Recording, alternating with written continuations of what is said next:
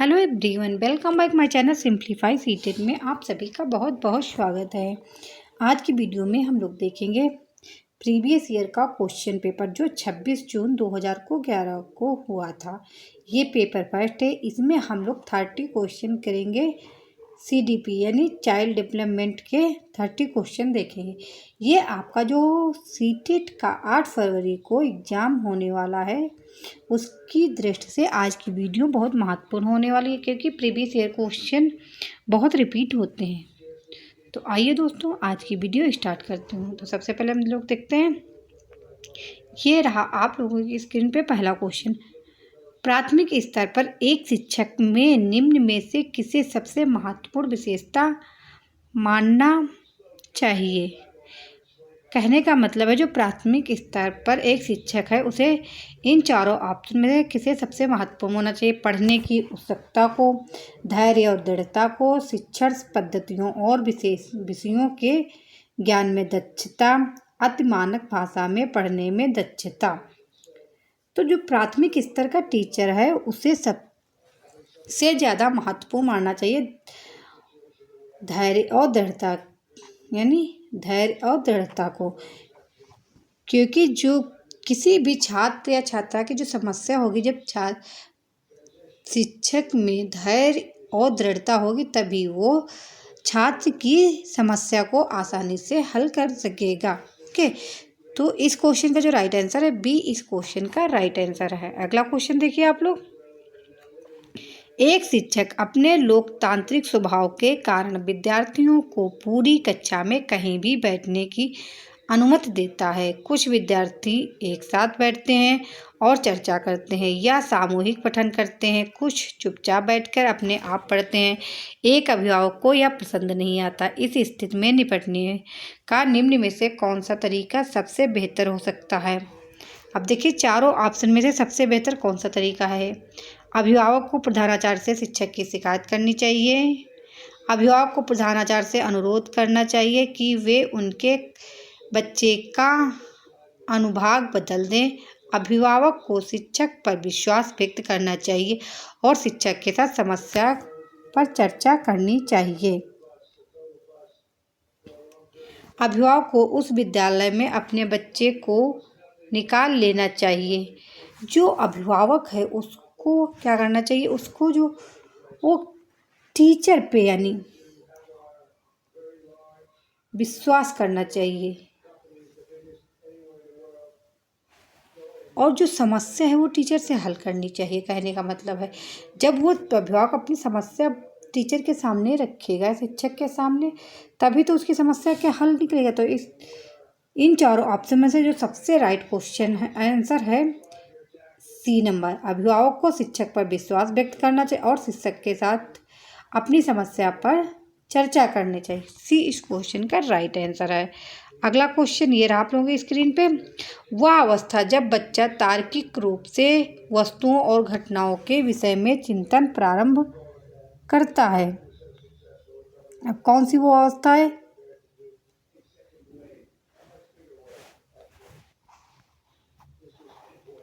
औपचारिक संक्रियात्मक अवस्था, पूर्व संक्रियात्मक अवस्था, मूर्त संक्रियात्मक अवस्था, संवेदी प्रेरक अवस्था। तो सबसे पहले आप लोगों को पता होनी चाहिए ये जो चारों अवस्थाएं हैं ये पियाजे महोदय ने दी है। किसने? पियाजे महोदय ने 4 अवस्थाएं बताई हैं। ये चारों अवस्थाएं हैं।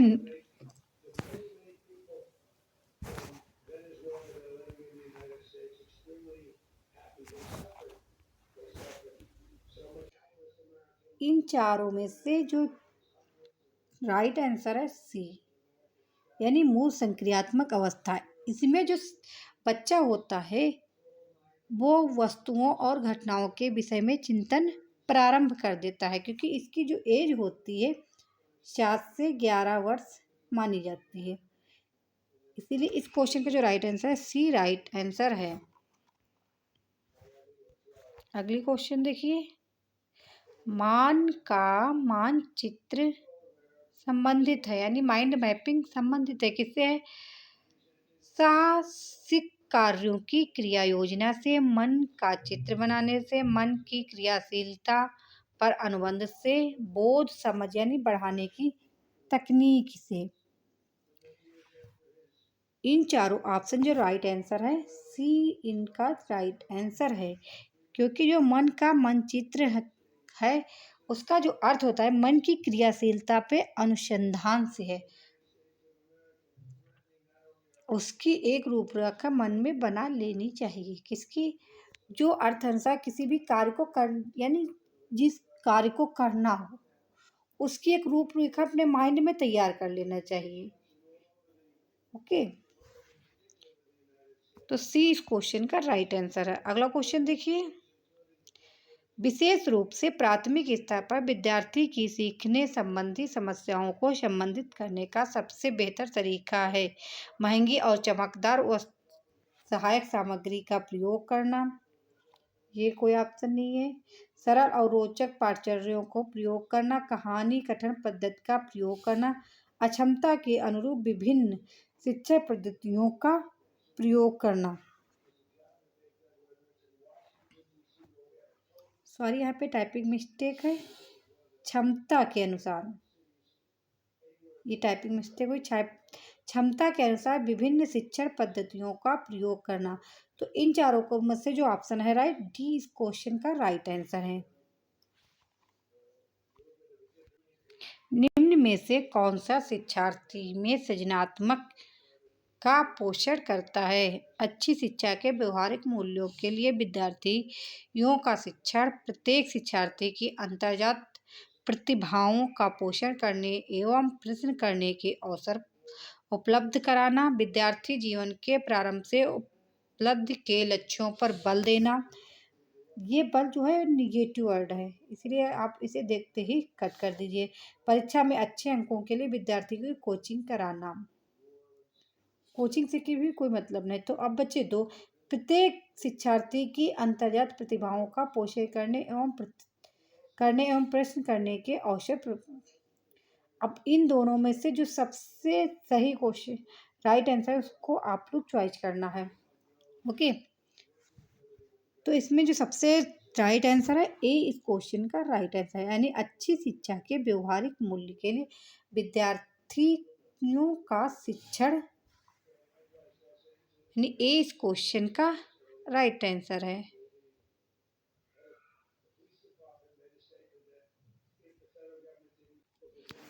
सॉरी, इसका गलत आंसर है। इस क्वेश्चन का जो राइट आंसर है, आप देखिए, अच्छी शिक्षा के व्यवहारिक मूल्यों के लिए तरीका शिक्षण, ये तो सही है, लेकिन प्रत्येक विद्यार्थी की अंतर्गत प्रतिभाओं का पोषण करने एवं प्रश्न करने के अवसर उपलब्ध करना।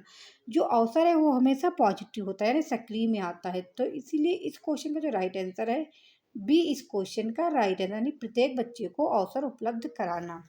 ओके, अगला क्वेश्चन देखिए आप लोगों स्क्रीन पे,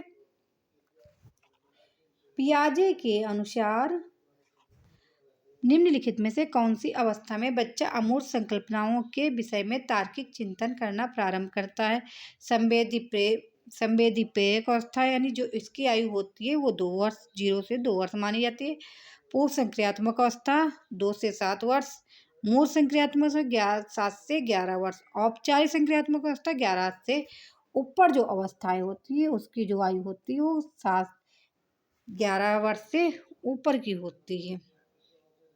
ओके, तो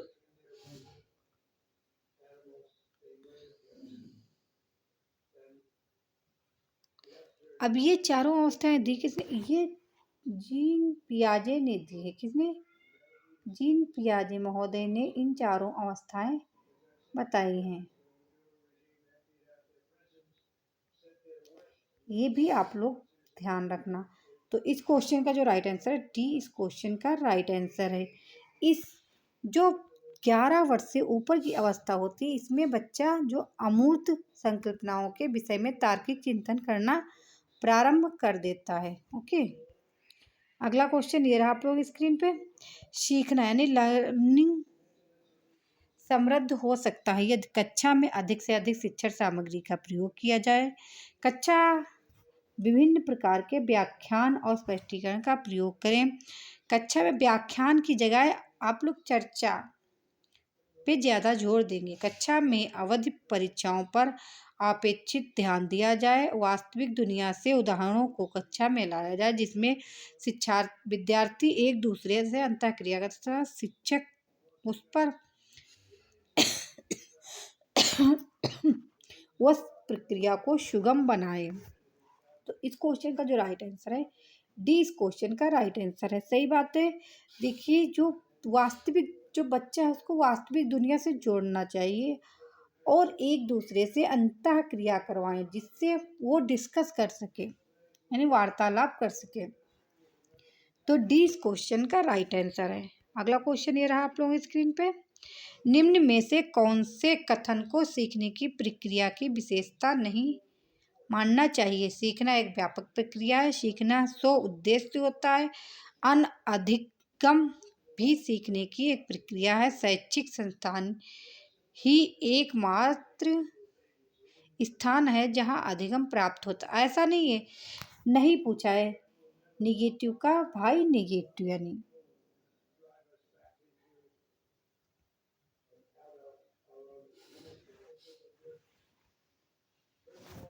देखिए यहाँ पे लग गया शैक्षिक संस्थान ही सीखने का एकमात्र स्थान है,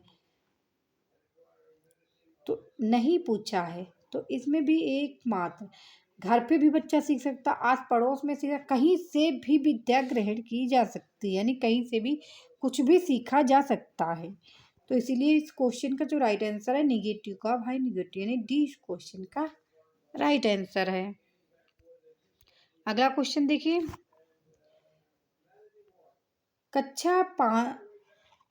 पांचवी कक्षा की दृष्टिबाधित विद्यार्थी के साथ कैसा व्यवहार मतलब करना चाहिए? जो दृष्टिबाधित छात्र है उसके संग कैसा व्यवहार करना चाहिए? निचले स्तर के कार्य करने की छूट मिलनी चाहिए, उसके माता पिता और मित्रों द्वारा उसे दैनिक कार्यों में सहायता करनी चाहिए, कक्षा में सामान्य रूप से व्यवहार करना चाहिए और ऑडियो सीडी के माध्यम से सहायता प्रदान करनी चाहिए, कक्षा में विशेष उपचार दिए जाने चाहिए। अतिरिक्त छूट से कोई, निचली छूट से कोई मतलब नहीं है। माता पिता उसकी तो सहायता करेंगे ही, मित्र भी करेंगे।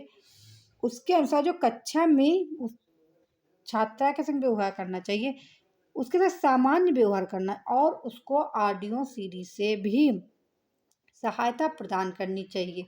इसीलिए सी सबसे बेस्ट आंसर है इस क्वेश्चन का, यानी सी राइट आंसर है। ओके, निम्नलिखित में से कौन सा बच्चे की सामाजिक मनोवैज्ञानिक आवश्यकताओं के साथ संबंध नहीं है? नहीं पूछा है, नहीं पर विशेष ध्यान देना। संवेगात्मक सुरक्षा की आवश्यकता है, शरीर से अपशिष्ट पदार्थों का नियमित रूप से बाहर निकलना, संदिग्ध की आवश्यकता, प्रशंसा एवं सामाजिक अनुमोदन की आवश्यकता। तो इस क्वेश्चन का जो राइट आंसर है शरीर से अपशिष्ट पदार्थों का नियमित रूप से बाहर निकलना, यानी बच्चे के सामाजिक संबंध में संबंध नहीं है, यानी बी इस क्वेश्चन का राइट आंसर है। अगला क्वेश्चन देखिए आप लोग, वह कौन सा स्थान है जहां बच्चे के संज्ञानात्मक विकास, कॉग्निटिव डेवलपमेंट को सबसे बेहतर तरीके से परिभाषित किया जा सकता है? खेल का मैदान, विद्यालय एवं कक्षा का वातावरण, सभागार, बच्चे के मतलब जो बच्चे को है उसको संज्ञानात्मक विकास को सभी जगह परिभाषित कर सकते हैं लोग, जो सबसे बेस्ट है वो विद्यालय एवं कक्षा का वातावरण, वहाँ का जो वातावरण है उसे और अधिक परिभाषित कर सकते हैं अच्छी तरीके से, यानी बी इस क्वेश्चन का राइट आंसर है। ओके, अगला क्वेश्चन देखिए आप लोग, डैश को एक अभिप्रेरित शिक्षण का संकेतक माना जाता है? कक्षा में अधिगम उपस्थित है, शिक्षक द्वारा दिया गया उपचारात्मक कार्य, विद्यार्थियों द्वारा प्रश्न पूछना, कक्षा में पूर्ण खामोशी। यानी कक्षा को हमें एक्टिव रखना है, तो खामोशी से कोई मतलब नहीं। कक्षा में अधिकतम उपस्थिति से भी कोई मतलब, शिक्षक द्वारा दिया गया उपचारात्मक कार्य सही है, लेकिन विद्यार्थियों द्वारा प्रश्न पूछना सबसे ज़्यादा सक्रिय ये रहता कि ज़्यादा से ज़्यादा जो छात्र है वो टीचर से क्वेश्चन पुटअप करें, यानी पूछे क्वेश्चन। तो सी इस क्वेश्चन का राइट आंसर है। ओके, अगला क्वेश्चन ये रहा आप लोगों की स्क्रीन पे। निम्नलिखित में से कौन सा बुद्धिमान बच्चे का लक्षण नहीं है? वह जो लंबे निबंधों को बहुत जल्दी रटने की क्षमता रखता है, वह जो प्रभावपूर्ण एवं उचित रूप से संप्रेषण की क्षमता रखता है,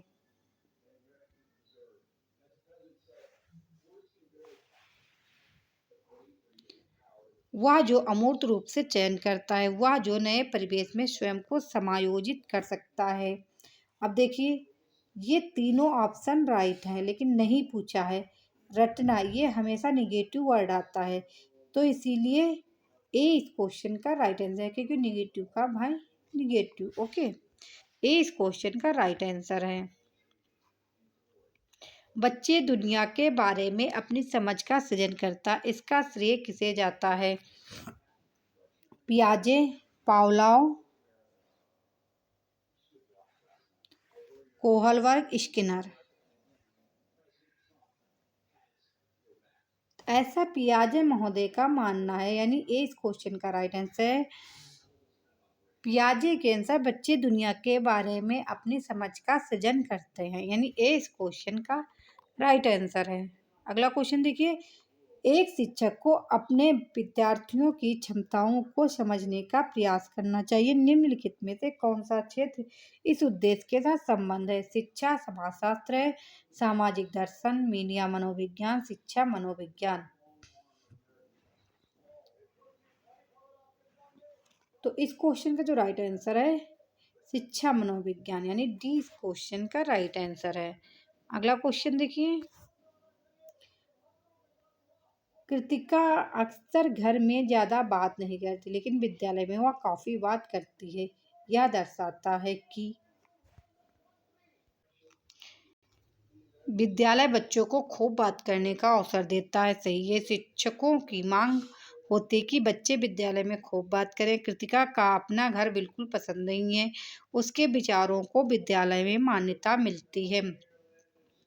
क्योंकि जो कृतिका है स्कूल में इसलिए ज़्यादा बात करती है क्योंकि वो विद्यालय में उसके विचारों को मान्यता अधिक मिलती है, ना कि घर पे कम मिलती है। इसीलिए डी इस क्वेश्चन का राइट आंसर है। इसीलिए वो इसको विद्यालय में ज़्यादा बात करती है और घर पे कम। सीखने की प्रक्रिया में अभिप्रेरणा शिक्षार्थी की स्मरण शक्ति को पैना कर बनाती है, पिछले सीखे हुए को नए अधिगम से अलग करती है, शिक्षार्थी को एक दिशा में सोचने के योग्य बनाती है, नए सीखने वाले के अधिगम के लिए रुचि का सृजन करती है। सीखने की अभिप्रेरणा जो है नए सीखने वालों में अधिगम के लिए रुचि का सृजन करती है, यानी डी इस क्वेश्चन का राइट आंसर है। ओके,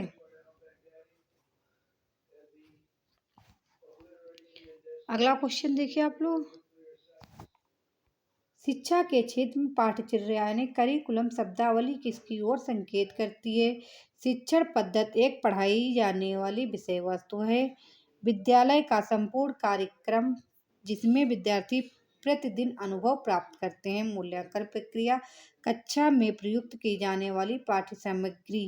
शिक्षा के क्षेत्र में पाठ्यचर्या शब्दावली विद्यालय एवं संपूर्ण कार्यक्रम जिसमें विद्यार्थी प्रतिदिन अनुभव प्राप्त करते हैं, यानी 20 क्वेश्चन का राइट आंसर है, विद्यालय की ओर संकेत करती हैं। अगला क्वेश्चन ये रहा आप लोगों की स्क्रीन पे। निचली कक्षाओं में शिक्षण की खेल पद्धति मूल रूप से आधारित है शारीरिक पद्धति के सिद्धांतों पर, विकास एवं वृद्धि के मनोवैज्ञानिक सिद्धांतों पर, शिक्षण के समाजशास्त्री सिद्धांतों पर, शारीरिक शिक्षा कार्यक्रमों के सिद्धांत पर। तो इस क्वेश्चन का जो राइट आंसर है दोस्तों, जो निचली कक्षा के शिक्षण की खेल पद्धति है वो मूल रूप से विकास एवं वृद्धि के मनोवैज्ञानिक सिद्धांतों पर आधारित, यानी सी इस क्वेश्चन का राइट आंसर है। अगला क्वेश्चन देखिए, एक बच्चा अतीत के समान परिस्थिति में की गई अनुक्रियाओं के आधार पर नई स्थिति के प्रति अनुक्रिया करता है, या किससे संबंधित है? सीखने का प्रभाव नियम, सीखने की प्रक्रिया का अभिवृत्ति नियम, सीखने का तत्परता नियम, सीखने का सादृश्यता का नियम।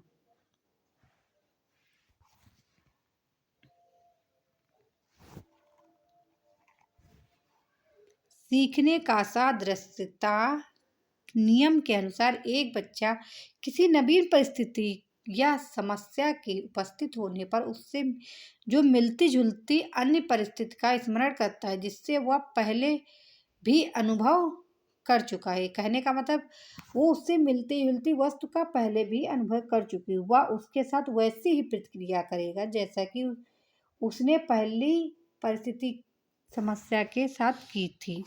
इसीलिए इस क्वेश्चन का जो राइट आंसर है दोस्तों डी, यानी सीखने का सादृश्यता का नियम। डी इस क्वेश्चन का राइट आंसर है। अगला क्वेश्चन ये रहा आप लोगों की स्क्रीन पे, निम्नलिखित में से कौन सा प्रतिभाशाली होने का संकेत नहीं है? यानी नहीं पूछा है, नहीं पर आप लोग विशेष ध्यान देंगे।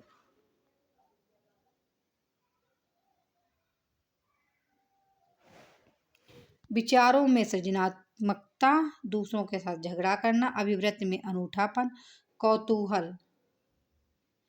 प्रतिभाशाली बालक अपने समवयस्कों के साथ सौहार्द व्यवहार करता है, उनका सहयोग करता है और उनके साथ सामंजस्य स्थापित करता है, ना कि दूसरों के साथ झगड़ा करता है। इसीलिए इस क्वेश्चन का जो राइट आंसर है दोस्तों बी इस क्वेश्चन का राइट आंसर, यानी दूसरों के साथ झगड़ा ना करना। ओके, वो दूसरे साथ दोस्ती करता है लेकिन झगड़ा नहीं करता है, ये प्रतिभाशाली होने का कोई संकेत नहीं है। विशेष आवश्यकता वाले बच्चों को शिक्षा उपलब्ध कराई जानी चाहिए। विशेष विद्यालयों में विशेष शिक्षकों द्वारा, अन्य सामान्य बच्चों के साथ विशेष विद्यालय में विशेष बच्चों के लिए विकसित पद्धतियों द्वारा।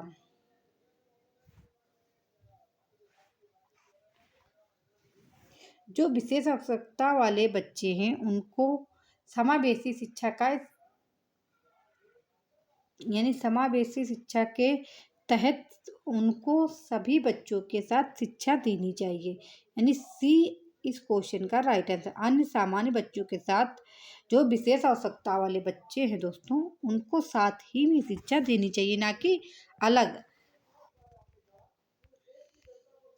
किसी भी बच्चे को अलग करने के लिए नहीं कहा जा सकता, उनको एक साथ शिक्षा देनी चाहिए। आकलन को उपयोगी और रोचक प्रक्रिया बनाने के लिए डैश के प्रति सचेत होना चाहिए। अलग अलग विद्यार्थियों में तुलना करने, विद्यार्थियों को बुद्धिमान या औसत शिक्षार्थी की उपाधि देने, शैक्षिक और शैक्षिक क्षेत्रों में विद्यार्थी के सीखने के बारे में जानकारी प्राप्त करने के लिए विविध तरीकों का उपलब्ध कराने, फीडबैक देने के लिए तकनीकी भाषा का प्रयोग करने।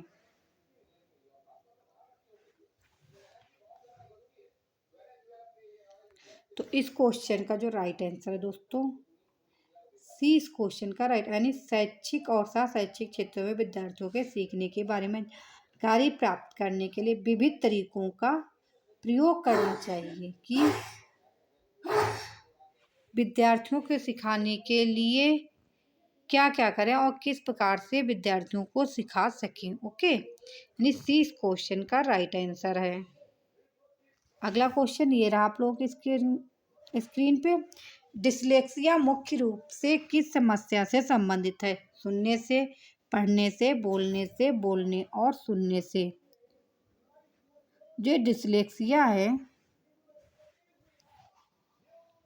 ये मुख्य रूप से पठन विकार से संबंधित है, जिसमें बच्चा अक्षरों को पहचान नहीं कर पाता, जिस कारण उसे पाठ्य पुस्तक पढ़ने में समस्या होती है। आप लोग ऐसे भी रिलेट कर सकते हैं। डिसलेक्सिया पढ़ने में संबंधित और बोलने में, ये आप लोग कमेंट करके बताइए कि बोलने के लिए कौन सी समस्या हो सकती है। इसीलिए बी इस क्वेश्चन का राइट आंसर है। गणित में जो समस्या होती है उसके लिए कौन सा विकार होता है, ये आप लोग कमेंट करिए। ओके, इस क्वेश्चन का जो राइट आंसर है मैं बता चुकी हूँ, 20 क्वेश्चन का राइट आंसर। ये क्वेश्चन बहुत बार रिपीट होता है। ओके, बच्चों की सीखने की प्रक्रिया में माता पिता को भूमिका निभानी चाहिए। नकारात्मक, अग्रोन्मुखी, सहानुभूतिपूर्ण तथा बच्चों की सीखने की प्रक्रिया में माता पिता को अग्रोन्मुखी भूमिका निभानी, यानी बच्चे के सीखने में माता पिता का विशेष योगदान होना चाहिए, जिससे उन्हें और अच्छा करने के लिए प्रोत्साहित करते रहना चाहिए। यानी जो माता पिता हैं उनको बच्चे को सिखाने के लिए अधिक से अधिक प्रयास करना चाहिए और उन्हें प्रोत्साहित करना चाहिए कि आप और अच्छा कर सकते हो, और अच्छा कर सकते हो। इसीलिए इस क्वेश्चन का जो राइट आंसर है बी इस क्वेश्चन का राइट आंसर है। अगला क्वेश्चन ये रहा आप लोगों की स्क्रीन पे। विकास कभी न समाप्त होने वाली प्रक्रिया है, या विचार किससे संबंधित है? अंतः संबंध का सिद्धांत, निरंतरता का सिद्धांत, एकीकरण का सिद्धांत, अंतः क्रिया का सिद्धांत। विकास न समाप्त होने वाली प्रक्रिया का संबंध निरंतरता का सिद्धांत से संबंधित है। इसीलिए इस क्वेश्चन का जो राइट आंसर है बी इस क्वेश्चन का राइट आंसर है। यानी विकास हमेशा चलता रहता है, कभी ना समाप्त होने वाला सिद्धांत है। ओके, 20 क्वेश्चन का राइट आंसर है। अगला क्वेश्चन ये रहा आप लोगों की स्क्रीन पे। सीखने के अंतर्दृष्टि सिद्धांत को किसने बढ़ावा दिया? गेस्टाल्टवादी सिद्धांत ने, पावलोव, जीन पियाजे, वाइगोत्स्की। जो सीखने के अंतर्दृष्टि सिद्धांत है उसको गेस्टाल्टवादी सिद्धांतों ने दिया है, यानी ए इस क्वेश्चन का राइट आंसर है। संज्ञानात्मक का सिद्धांत जीन पियाजे ने दिया। सामाजिक सांस्कृतिक का सिद्धांत वाइगोत्स्की ने दिया। ओके, अब ये जो गेस्टाल्टवादी थे इसमें कौन कौन थे? कोहलर थे, कोफा और वर्दीमर, 3 लोगों मिलकर गेस्टाल्टवाद का सिद्धांत दिया था। इसीलिए ए इस क्वेश्चन का राइट आंसर है। अगला क्वेश्चन ये रहा आप लोगों की स्क्रीन पे।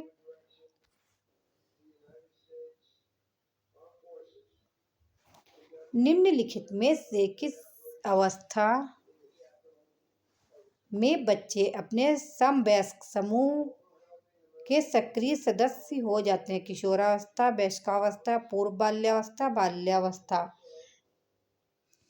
जो किशोरावस्था के बालक होते हैं वह समवयस्क समूह के साथ सक्रिय सदस्य हो जाते हैं। इसीलिए ए इस क्वेश्चन का राइट आंसर है। ओके, इसे आंधी और तूफान की अवस्था भी कही जाती है। ये वाटसन महोदय ने कहा है। जो किशोरावस्था है वो आंधी और तूफान की अवस्था है।